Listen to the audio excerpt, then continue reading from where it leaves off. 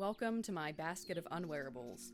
Every time I damage or stain a piece of clothing that I really like, I throw it in this basket with the intent on someday fixing it.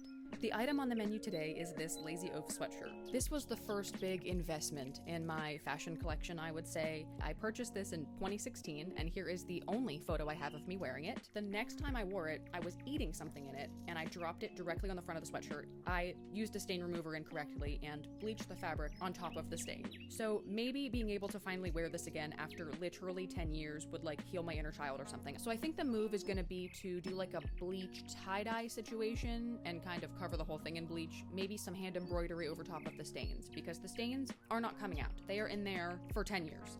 They are 10 years worth of in there. I did a 50-50 mixture of bleach and water. I kind of wish I would have done a little bit more bleach and not saturated the fabric so much. It bled a little more than I wanted to, but overall I think it turned out pretty good. And I put a little bit in a spray bottle as well to kind of give an acid wash look, flick the paintbrush a little bit, and then into the washer, out of the dryer, and it's time to start drawing out my embroidery patterns. I'm just using a pencil and I'm sketching out the little clouds around the stains, and I thought I'd add a few more just so it wasn't so apparent that they were covering up stains. And then I took some fusible interfacing onto the back because you're not really supposed to embroider over stretchy fabric. It becomes quite difficult. So the little bit of interfacing I'm hoping will give me a tiny bit of structure. And I did that behind each one of the little clouds I'm going to do, and then I just kind of started to embroider. I've only ever hand embroidered one other time, and this was not the fabric to do it on, so this was kind of a nightmare. It took me a lot longer than it was supposed to. The other reason that this took me a lot longer than it was supposed to is because of my son. This was essentially an invitation for him to just get constant attention, so I just try to work around him the best that I can.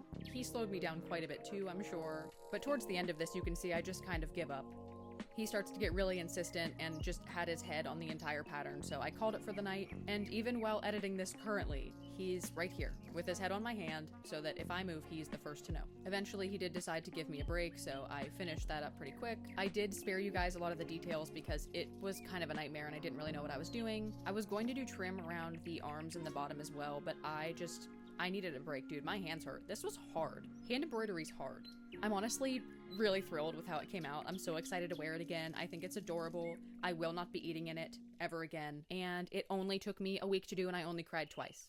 So let me know if you want to see more of these. Okay, love you, bye.